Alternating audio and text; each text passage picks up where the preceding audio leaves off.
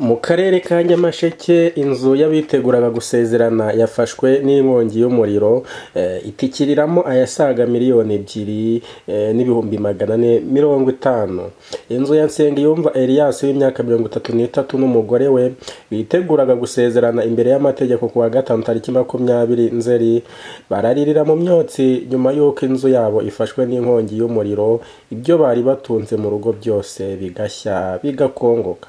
Nsengiyumva n'umugore we babyaranye abana 2 akaba twite n'uwa 3. Batuye mu mudugudu wa Kacyiru, akagari ka Ntendezi, umurenge wa Ruharambuga, akarere ka Nyamasheke. Iyi nkongi yabaye ahagana saa 7 z'amanywa yo kuwa mbere tariki 16 Nzeri. Umugabo ari gutwara insina yatereraga umuturanyi we. Umugore yagiye kwipimisha ku kigo nderabuzima cya Kamonyi. Bivugwa ko abandi bana n'abahungu 2 bo bari hanze mu rugo rw'iyo nzu y'imbaho yabanagamo n'umuryango. Ikindi cyahiye ni igikoni, ikiraro, ubwiherero, ku buryo byose byabaye umuyonga hagasigara amatongo gusa.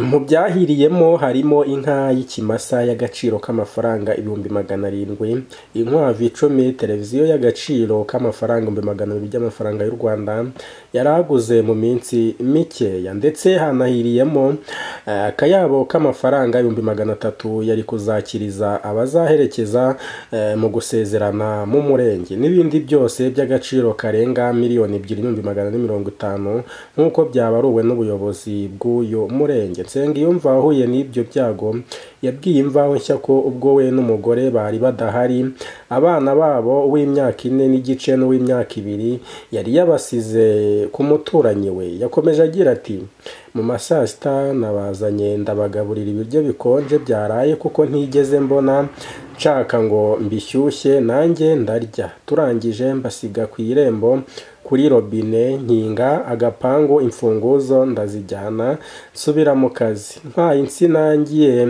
kuzigezaho nzitera, numva umuntu arambwiye ngo iwanjye hari gushya hari gukongoka. Avuga ko yakubise insina hasi aragenda asanga hose hafashwe n'inkongi y'umuriro wabaye mwinshi cyane kuko inzu yari imbaho zari ziri kugurumana nk'amashara. Inzego z'ubuyobozi n'iz'umutekano zatangiye kuhagera ariko ntacyo zari buramire. Yakomeje agira ati, nahise nkingura ngo ndebe ko nibura nakuramo n'umwenda, umuriro nsanga wantanze ku rugi, ubu nta imbere y'umuryango. Icyo nabonye nuko daso warunyegereye wahise anjugunya munsi y'urugo.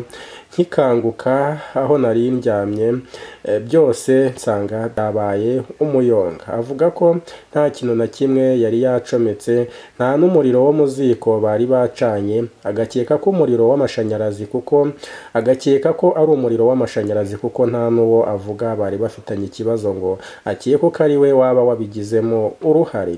Yashimiye umuturanyi we wamwakiranye n'umuryango we ngo abacumbikire, anashimira abaturanyi be batangiye kumuremera ibimutunga n'imyambaro. Akavuga ko yababonyemo abaturanyi beza cyane.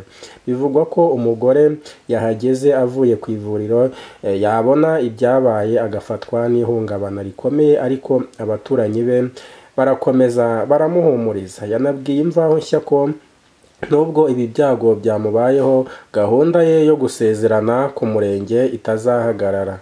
Yavuze ko we n'umugore we n'abana bagomba kwambara mu myambaro imwe bari kuremerwa, ariko iyo gahunda kimwe n'iyo gushyingiranwa mu kiliziya biteguraga nta kintu gishobora kuyihagarika.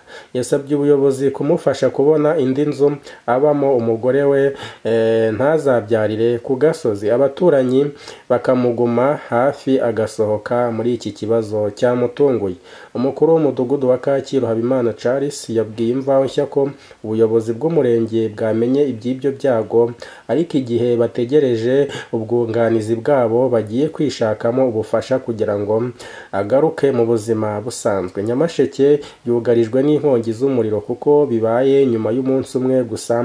Pariki y'igihugu ya Nyungwe mu gice cy'uyu murenge mu kagari ka Wimana ifashwe n'inkongi y'umuriro, ku bw'amahirwe ukaba warazimijwe. Hatarashira icyumweru mu murenge wa Kanjonjo indi nzu ihiye hakekwa batiri mu minsi 2 gusa mu kagari ka Banda, umurenge wa Rangiro naho telefoni yari icometse ku murasire w'izuba iraturika hashya iby'agaciro k'amafaranga 150 bazimya inzu ariko itarashya ngo ikongoke. Birakurikira izindi zimaze iminsi zishya bakayoberwa ikizitwika bagakeka insinga z'amashanyarazi. Asaba ko harebwa ubuziranenge bw'insinga bakoresha mu nzu n'ubw'ibikoresho by'ikoranabuhanga bagura bimwe kuko bishobora kuba bimwe ko bimwe bitaba ari byo nyirabayazana w'iri sanganya. Reka tubwire umuryango wagize ibyago kabisa ukomeze kwihangana. Ibi ngibi bibaho mu buzima, ibyago biza bitunguranye. Abaturanyi rero babo mubabe hafi kabisa, uyu muryango muwufashe, murumva ko ari ibintu biba bibabaje kandi biteye agahinda. Ni byiza uko rero abantu basuzuma ibikoresho by'ikoranabuhanga ndetse n'insinga z'amashanyarazi niba ari nta kibazo zifite bitarateza ikibazo nk'iki ngiki. Nge rero nari Olivier Rwanda, kora subscribe kuri iyi channel kugira ngo video zasohotse uzibone mu ba mbere. Niba wifuza ko hari video nazakoraho ubutaha nkayigucukumburira, wanyandikira muri comment nkazayigushakira nkayikuzanira kabisa, ndi tayari.